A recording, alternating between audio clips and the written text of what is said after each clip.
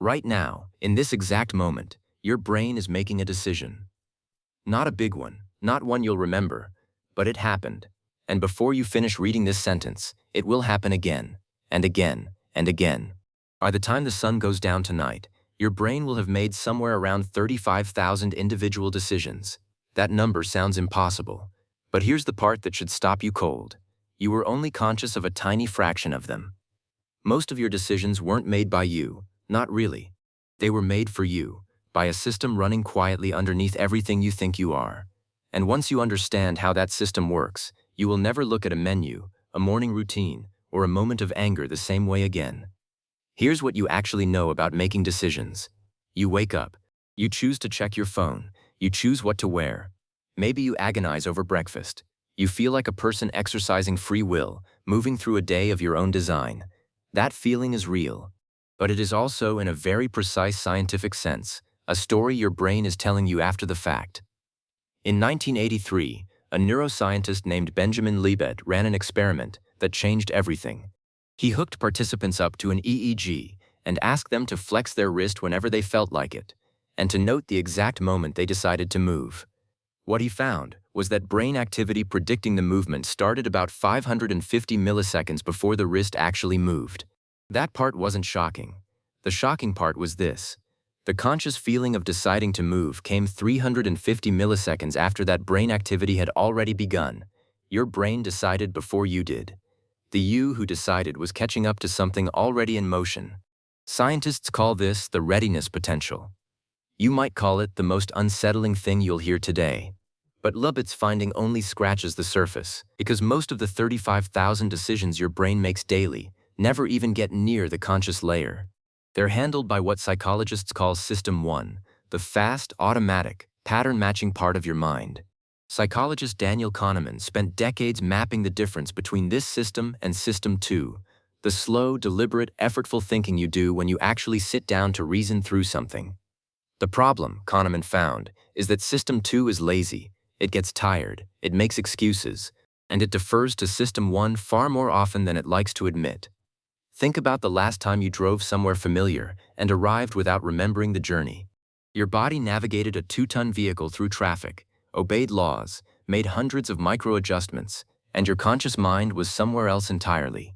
That's not a malfunction. That's System 1 doing exactly what it was built to do. Offload the repetitive, the predictable, the learned. Free up bandwidth for the things that actually need attention. The question is, what counts as something that needs attention? And the answer your brain has landed on, after hundreds of thousands of years of evolution, might surprise you. Your brain doesn't prioritize truth, it prioritizes speed. It doesn't optimize for accuracy, it optimizes for survival, and those two things are not the same. Here's a simple illustration. Imagine your ancestor standing in tall grass 100,000 years ago. They hear a rustle. Their brain has two options: assume it's the wind, or assume it's a predator. If they assume it's the wind and they're wrong, they die. If they assume it's a predator and they're wrong, they waste a little energy running. Over millions of years of that trade-off, your brain got very, very good at defaulting to danger, at seeing patterns, at filling in gaps with fear-shaped assumptions.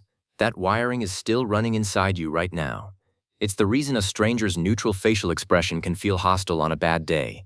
It's the reason you rehearse arguments in the shower with people who aren't there. It's the reason you remember the one critical comment in a room full of praise. Your brain is still running threat detection software designed for a world that no longer exists, and it's making decisions based on that software thousands of times a day, without asking you first. So who exactly is in charge? Researcher Roy Baumeister has spent years studying a phenomenon called ego depletion, the idea that willpower and conscious decision-making run on a limited mental fuel. The more decisions you've already made in a day, the worse your subsequent decisions tend to become. There's a reason the term decision fatigue exists and is taken seriously in organizational psychology. Judges, it turns out, are significantly more likely to grant parole in the morning than after lunch. Surgeons make more errors late in the day. Shoppers buy more impulsively in the afternoon. The conscious reasoning system, the one you think of as you, gets worn down. And when it gets worn down, it hands the wheel back to System 1, which hands it back to habit, to emotion, to the path of least resistance. This is not a character flaw, this is architecture, and here's the counterintuitive part. The fact that most of your decisions are automated isn't a bug. For most of human history, it was the feature that kept your ancestors alive. A fully deliberate brain, one that consciously weighed every micro-movement, every social signal, every caloric calculation, would have been too slow. Decision paralysis in the savannah was death. The brain that survived was the one that built fast shortcuts, locked in reliable patterns, and outsourced everything it could to the unconscious. Your habits are not laziness. They are an ancient optimization strategy. But here's where the modern world gets complicated. Those shortcuts were shaped by an environment of scarcity, tribal stakes, and physical threats. The world you live in now is an environment of abundance, digital noise, and social performance, and the shortcuts haven't updated. The same system that kept your ancestor alive in the grass is now deciding what you eat for breakfast, who you're annoyed at in a group chat, and whether you click on a headline designed by an algorithm to trigger your threat detection reflex. You are not just making decisions. Decisions are being made inside you by a system that was never designed for the world you're living in. So what can you actually do with this? The answer isn't to fight System 1. You can't. It processes 11 million bits of information per second. Your conscious mind handles about 40. That fight is already over. The answer, the one researchers like Charles Duhigg have written entire books about, is to work with the architecture. To understand that your choices live upstream of your moments. That what you decide tomorrow is mostly shaped by the environment, the habits, and the emotional states you cultivate today. The brain is a prediction machine. It doesn't experience reality and then respond to it. It builds a model of what is probably true based on past experience, and then it filters incoming information through that model. What you see, what you hear, what you feel, all of it is shaped before it reaches your awareness. By the time you experience the world, your brain has already decided what it probably is. This means that changing your decisions means changing your model, and changing your model means changing your inputs, the environments you put yourself in, the patterns you repeat, the stories you rehearse.